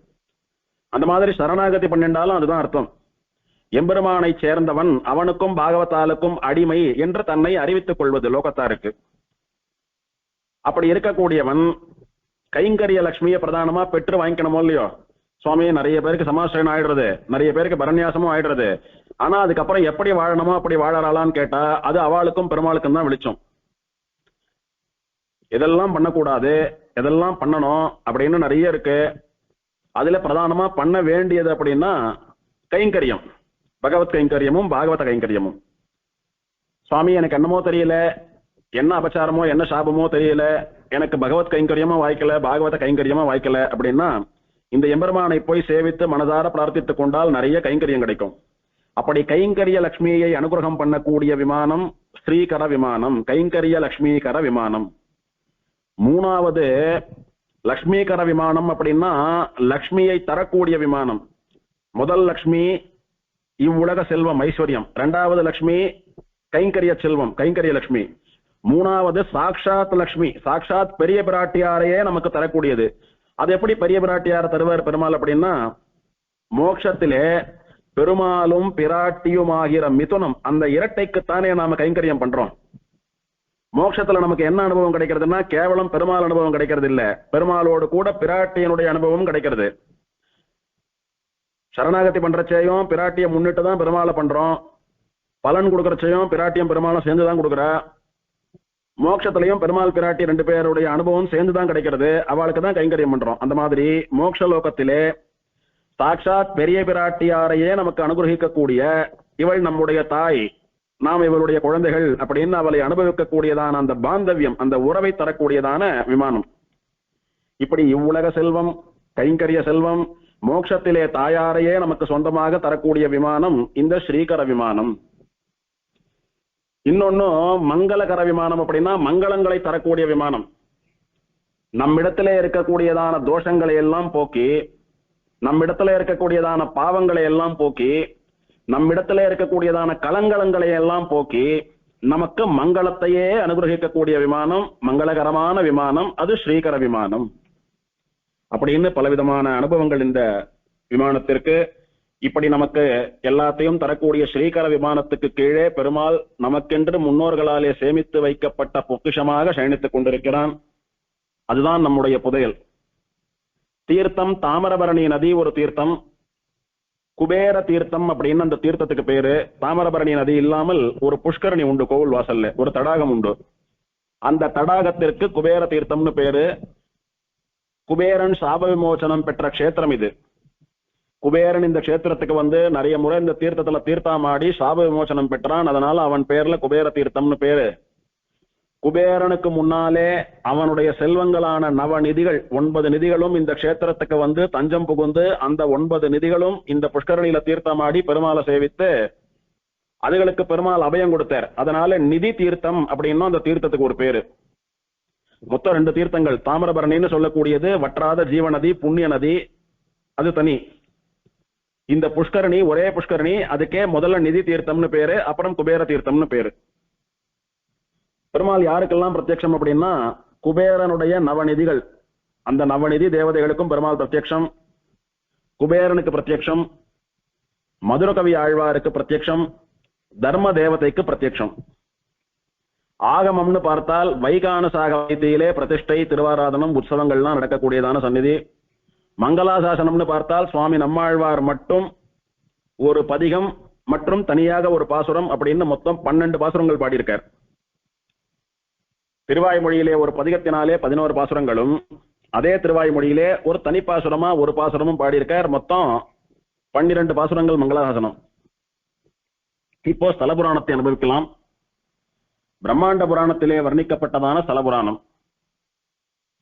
குபேரன் அப்படின்னு சொன்னால் தனத்துக்கு அதிபதி, பெரும் செல்வத்துக்கு அதிபதினு சொல்றோம். அந்த குபேரன் செல்வத்துக்கு ரெப்ரசன்டேட்டிவ் சாட்டமா இருக்கக்கூடிய நவநிதிகள்னு சொல்லக்கூடிய 9 தேவதைகளை தன்னுடைய கண்ட்ரோல்ல வச்சுருந்தான். அந்த 9 நிதிகளும் செல்வத்துக்கான அதி தேவதைகள், திக்பால காலாட்டம். அவளையெல்லாம் செல்வம் கூடமே வச்சுருந்தான் குபேரன். அவளுக்கு ஒரு தலைவனாட்டமா காப்பால நாட்டமா அவன் கண்ட்ரோல்ல வச்சுருந்தான். வச்சுண்டு அழகாபுரின்னு சொல்லக்கூடியதான தன்னுடைய தேசத்திலே இருந்து கொண்டு ராஜ்யம் பண்ணிட்டு இருந்தான். அந்த நவநிதிகளும் யார்கிட்ட இருக்கோ அவன்தான் இந்த உலகத்திலே பெரிய செல்வந்தனா இருப்பான். பெருமாள் பிராட்டிக்கு அடுத்தபடியா, தேவதைகளுக்கு அடுத்தபடியா, மனுஷியால யாருக்கிட்டக்க நவநிதிகளும் இருக்கோ அவன் தான் பெரிய செல்வந்தனா இருப்பான். நவநிதிகளை யார் வேணா வச்சுக்க முடியாது. நவநிதிகள்னு சொல்லக்கூடியது 9 தேவதைகள். அதை ஒரு சமயத்துல ஒருத்தர் தான் வச்சுக்க முடியும். அதை சாதாரணமாலாம் வச்சுக்க முடியாது. பெரிய தபஸ் எல்லாம் பண்ணணும். இவன் பெரிய தபஸ் பண்ணி உனக்கு என்ன வேணும்னு கேட்டா, செல்வத்துக்கு அதிபதிகளா இருக்கக்கூடிய 9 நிதி தேவதைகளும் என்னோட இருக்கணும்னு வரம் வாங்கிட்டு அப்படி வந்தவா இவன் இடத்துல. அவன் ஒழுங்கா நடந்துட்டானா அந்த நவநிதிகளும் அவன் இடத்துல இருக்கும். அவன் முறை தவறி நடந்தானா அவனை விட்டு போயிடும். செல்வம் அப்படின்னா என்ன? வரச்சேயே செல்வம் என்று எண்ணிக்கொண்டு வருவதுதானே செல்வம். ஒழுங்கா வச்சுட்டு இருந்தா இருக்கும், இல்லையானா போயிடும். அந்த மாதிரிதான் இவன் தபஸ் பண்ணி அந்த நவநிதிகளை தன்னகத்திலே வைத்துக் கொண்டிருந்தான். அதனால செல்வத்தினுடைய அதிதேவதைகள் இவங்கிட்ட இருக்கிறபடினால செல்வம் நன்னா ஓஹோன்னு சேர்ந்துட்டு வந்தது. பெருமாளுக்கே கடன் தரக்கூடிய அளவுக்கு இவன் பெரிய பிரக்யாதியோடைய கூட பெரிய செல்வந்தனா பெயர் பெற்றான் புராணங்கள் எல்லாம். ஆனால் இவன் ஒரு பெரிய சிவபக்தன். இவன் அடிக்கடி கைலாயத்துக்கு போய் சிவனை சேவிக்கிற வழக்கம் இவனுக்கு. ஒரு முறை சிவனை சேவிக்கிறதுக்காக கைலாயத்துக்கு போனான். போன போது சிவன் அங்கே தன்னுடைய பத்னியான பார்வதியோடு கூட பேசிட்டு இருந்தார். அப்படி பேசறச்ச இவன் பார்வதியை உத்து பார்த்தான். பார்வதி ரொம்ப அழகா இருப்பாளாம். என்னமோ பார்வதியை பார்த்த மாத்திரத்துல அவள் மேல தப்பான சபல புத்தி வந்துடுத்து இவனுக்கு. இவ்வளவு அழகா இருக்காளே இந்த பொண்ணுன்னு அவளே பார்த்துட்டு இருந்தான். இவள் நாம வணங்கக்கூடிய தெய்வத்தினுடைய மனைவி, நமக்கு தாயார் ஸ்தானம், இவள் ஒரு தெய்வம், இவளை எல்லாம் இந்த மாதிரி பார்க்க கூடாது அப்படின்றதையெல்லாம் மறந்துட்டு அவளுடைய அழகுல மயங்கி அவளையே பார்த்துட்டு இருந்தானா. இத பார்வதி கவனிச்சுட்டா. எப்படி பார்த்தானா, ரெண்டு கண்ணால பார்த்தா என்ன நீ ஒரு மாதிரி பார்த்த அப்படின்னு பார்வதி கண்டுபிடிச்சிடுவா, அல்லது என்னுடைய ஆவடையால நீ ஒரு மாதிரி பார்த்தேன்னு சிவன் கண்டுபிடிச்சு கோவிச்சுண்டாரானா எரிச்சு போயிடுவார் அப்படின்னுட்டு இவன் சாமர்த்தியமா என்ன பண்ணானா, கண்ணை மூடிண்டு கையை கூப்பிண்டு சேவிக்கிறது போல நின்றுண்டு லேசா ஒரு கண்ணை திறந்து டோரி கண்ணால பார்த்தானா பார்வதிய. இத சிவன் பார்க்கல, பார்வதி கண்டுபிடிச்சுட்டா. உடனே பார்வதிக்கு பயங்கர கோபம் வந்துடுத்து. இன்னொருத்தனுடைய மனைவியை இப்படி பார்க்கலாமா, தப்பாச்சே, அதுவும் ஒரு பக்தனா இருந்துட்டு தெய்வத்தை வணங்குறதுக்காக அவன் லோகத்திற்கு வந்துட்டு அவனுடைய மனைவி இந்த மாதிரி பாக்குறிய, நீ எல்லாம் என்ன ஜென்மம் அப்படின்னு கோபம் வந்துடுத்து பார்வதிக்கு. உடனே என்ன பண்ணா, பயங்கர ஆக்ரோஷத்தோடு கூட எழுந்து, நீ கெட்ட எண்ணத்தோட என்ன பார்த்தையோன்னு அதுக்கு என்ன காரணம், கேவலம் உன்னுடைய அல்ப ஆசை காரணம், நீ ரொம்ப அழகா இருக்கேன்ற அகங்காரம் காரணம், அதனால இந்த ரெண்டும் அழியணும். அதுக்கு நீ எத்தனை அழகனா இருக்க அப்படின்ற கர்வத்தினாலதானே உன்னுடைய தெய்வத்தினுடைய மனைவின்னு பார்க்காம என்ன ஒரு மாதிரி பார்த்த. உன்னுடைய அழகு அழிய கடவுது, நீ கேவலமா குரூரமா போயிடுவே, பார்த்தாலே அருவருப்பார மாதிரியான உருவம் வந்துடும் உனக்கு, உன்னுடைய அழகெல்லாம் போயிடும், உன் அழகை இப்போதே இழப்பாயின்னு சொன்னா உடனே அவனுடைய அழகு போயிடுத்து அவன் பார்க்கறதுக்கு அருவருப்பான ரூபத்திலே மாறிவிட்டான். அதே மாதிரி வஞ்சனையினாலே ஏமாத்தி கண்ணை மூடிண்டு பிரார்த்தனை பண்றது போல ஒரு கண்ணை திறந்து ஒத்த கண்ணால என்ன பார்த்தியோன்னு நீ காலத்துக்கும் ஒத்த கண்ணனாவே அலைய கடவுது, அதனால ஒரு கண்ணை இழப்பாய், ஒரு கண்ணு உனக்கு நிரந்தரமா மூடியே இருக்கும், திறக்கவே திறக்காது. இன்னொரு கண்ணை அரையும் குறையமா பார்த்துட்டு எதிரில் வர வஸ்து எதுன்னு தெரியாம அவஸ்தப்பட கடவுதுன்னு சபிச்சுட்டான். அவ சாபத்தின்படி இவனுக்கு ஒரு கண்ணும் போயிடுத்து, இன்னொரு கண்ணும் நல்ல கண்ணா இருக்கு. இப்போ இவன் அழகு போய் விகாரமான விரூபியாவ மாறிட்டான். அதோடு கூட ஏதோ ஒரு பெரிய ஸ்டேட்டஸ்ல இருக்கோன்ற அகங்காரத்தினால தானே ஒரு பார்வதின்னு கூட பார்க்காமல் என்ன பார்த்த அந்த மாதிரி நீ பார்த்த, அதனால உன்னுடையதான அந்த ஸ்டேட்டஸ் உன்னை விட்டு போகட்டும். அப்படின்னா என்ன, இவன் பெரிய செல்வந்தனா இருக்கானே, அந்த அந்தஸ்து இவனை விட்டு போயிடட்டும். எப்படி போகும், எந்த நவநிதிகள் இவன்கிட்ட இருக்கோ அதனால இவன் பெரிய செல்வந்தனா இருக்கானோ அந்த நவநிதிகளும் இவனை விட்டு விலக கடவுதுன்னு சபிச்சுட்டா. அவன் எத்தனையோ 1000 வருஷங்கள் கஷ்டப்பட்டு தபஸ் பண்ணி சம்பாதித்த அந்த நவநிதிகளையும் ஒரு க்ஷணத்திலே இழந்தான். குபேரன் அதுக்கு முன்னால ரொம்ப அழகா இருப்பானாம். அந்த அழகு மோகத்தினால தானே என்னையே பார்த்த, அழகு போக கடவுது, ரொம்ப கேவலமான வடிவம் வந்துடுத்து. பிரார்த்தனை பண்றது போல வஞ்சித்து ஒரு கண்ணால பார்த்த, அந்த ஒரு கண்ணு நொல்லையா போயிடுத்து. இப்போ உனக்கு இருக்கிற அந்தஸ்துனாலதான் அகங்காரத்தோட என்ன பார்த்த, அதனால அந்த அந்தஸ்தும் போக கடவுது, நவநிதியும் போயிடுத்து. இப்போ இந்த நவநிதிகள் என்ன பண்ணித்தான், பதட்டம் ஜாஸ்தியா போயிடுத்ததுக்கு. என்ன பதட்டம் அப்படின்னா, இதுவரைக்கும் குபேரன் நம்மளை நன்னாதான் வச்சுட்டு இருந்தான், நல்ல தான தர்மங்கள்லாம் பண்ணிட்டு நல்ல வழியில தான் நம்மளை செலவு பண்ணிட்டு இருந்தான், தர்மத்தின்படி நடக்கக்கூடியவன், தான தர்மங்களிலே யாக யஜ்ஞங்களிலே பணத்தை செலவழிக்க கூடியவன், அவன்கிட்ட இருக்கிறது தான் செல்வத்துக்கு நவநிதிகளான நமக்கு அழகு. அதை விட்டுட்டு மாம்சம் சாப்பிடுறவன், புலால் சாப்பிடுறவன், மது அருந்துறவன், அதர்ம காரியங்கள் பண்றவன், அராஜகம் பண்றவன், பிராமணாளுக்கு இல்லாதவாளுக்கு தான தர்மங்கள் பண்ணாதவன், இவனிடத்திலே இருக்கக்கூடிய செல்வம் அது பாழானது, பயனற்றது. அதனால அந்த மாதிரி ஒருத்தன் கையில போய் நாம சிக்கிவிடக் கூடாது. நாம இப்போ போஷகா இல்லாம காப்பாத்திரவா இல்லாம தனியா நின்றுட்டு இருக்கோம். அதனால கண்டவன் நம்மளை கை கொள்வதற்கு முன்னாடி உத்தமமான ஒரு இடத்துல போய் நாம தஞ்சம் புகணும் அப்படின்னு நவநிதிகள் பேசி கொடுத்தான். பேசிண்டு இந்த நவநிதிகளும் எங்கே தஞ்சம் புகுந்தன அப்படின்னா, தாமிரபரணி நதிக்கரையிலே இருக்கக்கூடியதான இந்த திருக்கோளூரிலே இங்க சயனிச்சிருக்கிற நிக்ஷேப வித்தன்னு சொல்லக்கூடிய வைத்தமாநிதி பெருமாளிடத்திலே சரணம் புகுந்தது நவநிதிகளும். இந்த நவநிதிகளுக்கு 9 தேவதைகள், சங்கநிதி, பத்மநிதி, மகரநிதி, கஷ்யபநிதி, மகுடநிதி, நந்தநிதி, நீலநிதி, கர்வநிதி, மகாபத்மநிதி அப்படின்னு 9 நிதி தேவதைகள் இவா, நவநிதிகள்னு சொல்லக்கூடியவா. பார்வதியினுடைய சாபத்தினால குபேரனை பிரிந்து ஒரு க்ஷணத்துல இந்த தாமிரபரணி நதிக்கரைக்கு பெருமாள் திருவடிகள்ல சரணாகதி பண்ணி நின்றா. இன்னும் குபேரனுக்கு சாப விமோச்சனத்துக்கான வழி தெரியாது, அவனுக்கு எப்படி சாப விமோச்சனம்னு இன்னும் கேட்டுக்க கூட இல்லாம அதுக்குள்ளவே தேவதைகள்லாம் உஷாரா பெருமாள் திருவடிக்கு சரணாகதி பண்ணி இங்க நின்றுடுத்து. உடனே என்ன தேடி என் திருவடிகள்ல அபயம் கேட்ட உங்களை நான் கைவிட மாட்டேன், நான் காப்பாத்துறேன்னு இந்த பெருமாள் அந்த நவநிதி தேவதைகளுக்கும் அபயம் கொடுத்தான். எப்படி கேட்டுதுன்னா, இந்த க்ஷேத்திரத்துக்கு வந்து இங்க பெருமாள் சன்னதிக்கு முன்னாலே இருக்கக்கூடிய புண்ணிய தீர்த்தம் அந்த தடாகத்திலே தினமும் தீர்த்தமாடி பெருமாளை பிரணாமங்களும் பிரதட்சிணங்களும் பண்ணி சேவித்து, குபேரனாலே ரட்சிக்கப்பட்ட வந்த நாங்கள், குபேரனாலே போஷிக்கப்பட்டு வந்த நாங்கள், பார்வதியினுடைய சாபத்தினாலே காப்பாத்திரவா இல்லாம அவனை விட்டு பிரிஞ்சு நிக்கிறோம். துஷ்டா யாருன்னா எங்களை கை கொள்றதுக்கு முன்னாடி பகவானே நீ எங்களுக்கு அடைக்கலம் கொடுக்கணும்னு பிரார்த்திக்க, பெருமாள் கவலைப்படாதங்கோ நான் இருக்கேன், யாரெல்லாம் அனாதாலா ரட்சணம் இல்லாம இருக்கிறாளோ சரணாகதி பண்ணி பிரார்த்திக்கிறாளோ அவளுக்கெல்லாம் உடனே அடைக்கலம் கொடுக்கறதுக்கு தான் நான் இருக்கேன், நீங்க வாங்கோ நான் உங்களுக்கு அடைக்கலம் தரேன்னு சொல்றது போல, அப்படியே நம்ம இடத்துல ஆசையா வரக்கூடிய ஒரு 3-4 குழந்தைகளை தாத்தா பாட்டியோ பெரியவாளோ அப்படி சேர்த்து அரவணைத்து அணைத்துக் கொள்வது போல தன்னுடைய வலது கையாலே 9 நவநிதி தேவதைகளையும் பெருமாள் அப்படியே அணைத்துண்டு அரவணைத்துக் கொண்டு சேவை சாதிக்கிறான். இங்க அந்த 9 நிதி தேவதைகளுக்கும் அப்படியே ரொம்ப சந்தோஷமா எடுத்து வியசனம் எல்லாம் போயிடுத்து. ஆஹா, பெருமாள் நம்மள அரவணைச்சுட்டார், பெருமாள் கிட்டேயே வந்துட்டோம். துவயி ரக்ஷதி ரக்ஷகை கிமன்யைஹி துவயி சாரக்ஷதி ரக்ஷகை கிமன்யைஹின்னு இனிமேல் யார் நினைச்சாலும் நம்மள ஒண்ணும் பண்ண முடியாது, பெருமாள் இருக்காரு நமக்கு அப்படின்னு நிம்மதி பெருமூச்சு விட்டன. பெருமாளே எங்களுக்கு அடைக்கலம் கொடுத்துட்டீர், ஆனா உமக்கு ஏதானும் கைங்கரியம் பண்ணணும்னு ஆசைப்படுறோம் அப்படின்னு பிரார்த்திக்கவே, கவலைப்படாதங்கோ என்னுடைய படுக்கையில உங்களை எல்லாம் வச்சுக்கிறேன், எனக்கு கீழே உங்களை வச்சுட்டு நான் படுத்துக்கிறேன், நீங்க பாதுகாப்பா இருப்பீங்கோ அப்படின்னு சொல்லி பெருமாள் என்ன பண்ணினாராம், இந்த நவநிதி தேவதைகளையும் நவரத்தனங்களா மாத்தி தன்னுடைய படுக்கைக்கு கீழே வச்சுட்டாராம் பெருமாள். அதாவது நவரத்தனத்தினாலான ஒரு பாய் மேல பெருமாள் படுத்துட்டு இருக்கிற மாதிரியான அனுபவம்.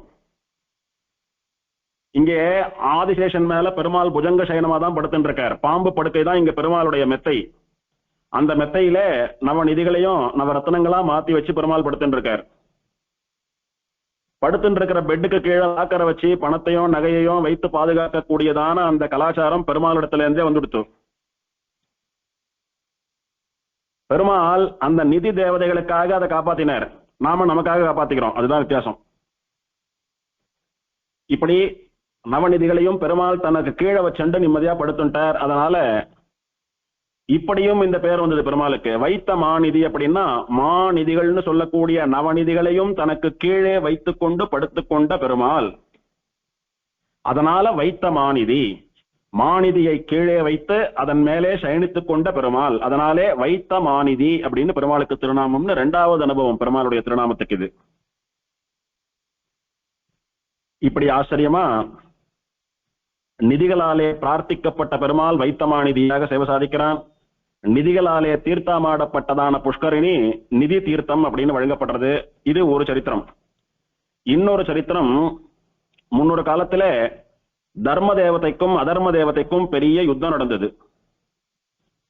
அதாவது தர்மம் தேஞ்சுண்டே வந்தது, அதர்மம் வளர்ந்துட்டே வந்தது, தர்மம் குறைஞ்சுண்டே வந்து அதர்மமே எங்கேயும் பரவித்து, ஒரு காலத்துல தர்மம் தோத்து போயிடுத்து, அதர்மம் ஜெயிச்சுடுத்து. இப்போ தோத்து போன நம்மளை அதர்மம் ஏதானும் பண்ணிடுமோ அப்படின்னு அதர்ம தேவதைக்கு பயந்து தர்ம தேவத்தை ஒளிஞ்சுண்டா எங்கேயோ போய். எத்தனை நாள் இப்படி ஒளிஞ்சுண்டே இருந்து நம்மளை காப்பாத்திக்கிறது? நாம யாரானும் ஒரு பெரிய ரட்சகனிடத்திலே போய் தஞ்சம் புக வேணும் அப்படின்னு நினைச்சது தர்ம தேவத்தை. அப்போதான் ஒரு ரிஷி சொன்னார், குபேரனாலே கைவிடப்பட்ட நவநிதிகள்லாம் திருக்கோளூருக்கு போய் பெருமாளிடத்திலே தஞ்சம் புகுந்து அவனாலே அரவணைக்கப்பட்டு நிற்கின்றன, அந்த மாதிரி நீயும் பண்ண அப்படின்னு சொல்லவே, நிதிகள் வந்து தஞ்சம் புகுந்து பெருமாளாலே ரட்சிக்கப்பட்டதிலிருந்து இந்த வனத்திற்கு நிதிவனம் அப்படின்னு பேர் வந்தது. திருக்கோளூர் இருக்கக்கூடிய வனத்துக்கு நவநிதிகள் வந்து தீர்த்தமாடி தபஸ் பண்ணி பெருமாளால ரட்சிக்கப்பட்டவுடன் நிதிவனம்னு பேர் வந்தது, நிதி தீர்த்தம்னு பேர் வந்தது. அந்த நிதிவனத்திற்கு தர்ம தேவதை வந்து அந்த தீர்த்தத்துல தினமும் தீர்த்தமாடி பெருமாளை சேவித்து, எம்பெருமானே இந்த நிதி தேவதைகளைப் போல நவநிதிகளைப் போல எனக்கும் தஞ்சம் கொடு, என்னையும் வைத்து காப்பாத்துன்னு பிரார்த்தித்து. அப்படி பிரார்த்தித்த போது பெருமாள் உன்னையும் ரட்சிக்கிறேன்னு சொல்லி தர்ம தேவதையையும் ரட்சித்து தன் திருவடியிலேயே வைத்துக் கொண்டான் பெருமாள். இப்போ தர்ம தேவத்தை எங்க இருக்குன்னே தெரியாம, இருக்கிற இடம் தெரியாம போயிடுத்து, பெருமாளண்ட வந்து சேர்ந்துடுத்து. இது யாருக்கும் தெரியாது. லோகத்திலே அதர்மமே தலையெடுத்து தலை விரித்து ஆடிக்கொண்டிருக்கிறது. எங்கு பார்த்தாலும் அதர்மம் அராஜகம் அநியாயம் தான் நடக்கிறது. அதர்மம் தலை தூக்கிடுத்துன்னா தர்ம வழியிலே செல்லக்கூடியவர்கள், தர்ம காரியங்களால பொழப்பு நடத்துறவா, தர்ம காரியங்களால வயத்தை ஒப்பிக் கொள்ளக்கூடிய தேவர்கள், இவாளுக்கெல்லாம் ரொம்ப கஷ்டம். இவாளுடைய பாடெல்லாம் ரொம்ப திண்டாட்டம். எங்க பாரு அதர்மம் நடக்கிறதுன்னா யாரும் தர்மத்தை பத்தி அக்கறையே பட மாட்டா. தர்மசாஸ்திரம் என்ன சொல்றது, எப்ப என்ன பண்ணணும், என்ன ஹோமம் பண்ணணும், என்ன அனுஷ்டானம் பண்ணணும், தர்ப்பணம் பண்ணணும், சார்தம் பண்ணணும், எதை பத்தியும் யாரும் கவலைப்பட மாட்டா. அப்போ இந்த ஹோமம் பண்ணி வைத்து, சார்தம் பண்ணி வைத்து, தர்ப்பணம் பண்ணி வைத்து, வைதிக காரியங்களை எல்லாம் பண்ணி வைத்து பிழைப்பு நடத்தக்கூடிய வைதிகாலுக்கெல்லாம் கஷ்டம். இங்கே பண்ணக்கூடிய ஹோமங்கள், தர்ப்பணங்கள், சந்தியாவந்தனம் இதனாலெல்லாம் தான் தேவர்களுக்கு ஆகாரம். அப்படின்னா எல்லாரும் தர்மத்தை விட்டுட்டா தேவர்களும் பட்னி. இப்படி லோகமே ஸ்தம்பிச்சு போயிடுத்து தர்மம் இல்லாமல்.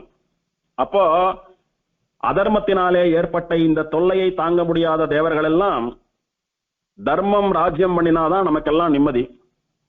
அதர்மம் தலை விரிச்சு ஆடுறது. முதல்ல இந்த தர்மம் என்னாச்சு, எங்க இருக்குன்னு பார்க்கலாம் அப்படின்னு தேடின போது தர்ம தேவத்தை திருக்கோளூர்ல பெருமாளிடத்திலே தஞ்சம் புகுந்தது தெரிஞ்சுண்டு தர்ம தேவத்தையை பின்தொடர்ந்து தேவர்கள் அத்தனை பேரும் இந்த திருக்கோளூருக்கு சேர்றா. சேர்ந்து பெருமாளிடத்திலே பிரார்த்தித்து, எம்பெருமானே, பழையபடி தர்மத்தை நீதான் ரட்சிக்க வேண்டும், தர்மத்தை ஸ்தாபிக்க வேண்டும், நிலைநாட்ட வேண்டும், அதர்மத்தை அழிக்க வேண்டும் அப்படின்னு பிரார்த்திச்சுட்டா. அதெல்லாம் நான் சங்கல்பிச்சுட்டேன், பேசாம நடக்கிறத வேடிக்கை மட்டும் பாருங்கன்னு பெருமாள் அப்படியே சிரிச்சுண்டு புன்முறுவலோட சயனிச்சுட்டு இருக்காரு. அழகா ஒன்னும் வாய திறந்து பதிலே சொல்லல, அப்படியே நம்மட்டு சிரிச்சுண்டு, எல்லாம் எனக்கு தெரியும்டா, என்ன நடக்கிறதோ அதை மட்டும் நீங்க வேடிக்கை பாருங்கன்னு சொல்றது போல ஒரு மந்தஸ்மிதத்தோட மந்தகாசத்தோட புன்னகையோட பெருமாள் சயனிச்சுட்டு இருக்கார்.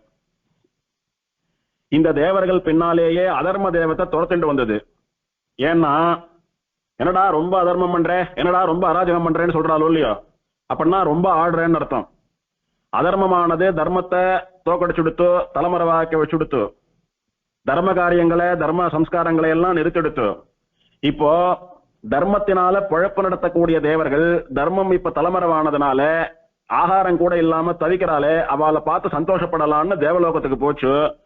அவ தர்ம தேவதையை தேடிண்டு இங்க வந்தா அப்படின்றதுக்காக பின்தொடர்ந்து என்னை பார்த்து ஓடி ஒளியக்கூடிய கோழைகளான தேவர்கள் உங்களையும் தர்மத்தையும் பார்த்து சிரிச்சுட்டு போலான்னு வந்தேன். அகங்காரத்தோட அதர்ம தேவத்தை தேவர்களை எல்லாம் பார்த்தது. பாத்தீங்களா, நான் நினைச்சேனா உங்களுக்கு அவிஸ் இல்லாம ஆகாரம் இல்லாம உங்களெல்லாம் எப்படி பட்டினி போட்டேன், எப்படி நீங்க எல்லாம் ஆடி போயிருக்கீங்க பாத்தீங்களா அப்படின்னு அவளை பார்த்து ஏளனமா ஒரு சிரிப்பு சிரிச்சது. உடனே இங்க எதுக்கு வந்தீங்க? ஓஹோ, தர்ம தேவத்தை நன்னா இருந்தாதான் நீங்க நன்னா இருக்க முடியும்னு தர்ம தேவத்தையை தேடிட்டு பின்னாடியே வந்தாங்களோ. எங்க இந்த தர்மம் அப்படின்னு பார்த்தா தர்ம தேவத்தை ஒரு பக்கமா நிக்கிறது. அதை பார்த்து, பாத்தியா எனக்கு பயந்து நீ ஓடி ஒளியக்கூடியதான ஒரு துர்தசை வந்துடுத்து உனக்கு அப்படின்னு அதை பார்த்து ஏளனமா சிரிச்சுது. இவா ரெண்டு பேரையும் பார்த்து அதர்ம தேவத்தை ஏளனமா சிரிச்சுட்டு இருக்கே, அதை பார்த்து பெருமாள் ஏளனமா ஒரு சிரிப்பு சிரிச்சான்.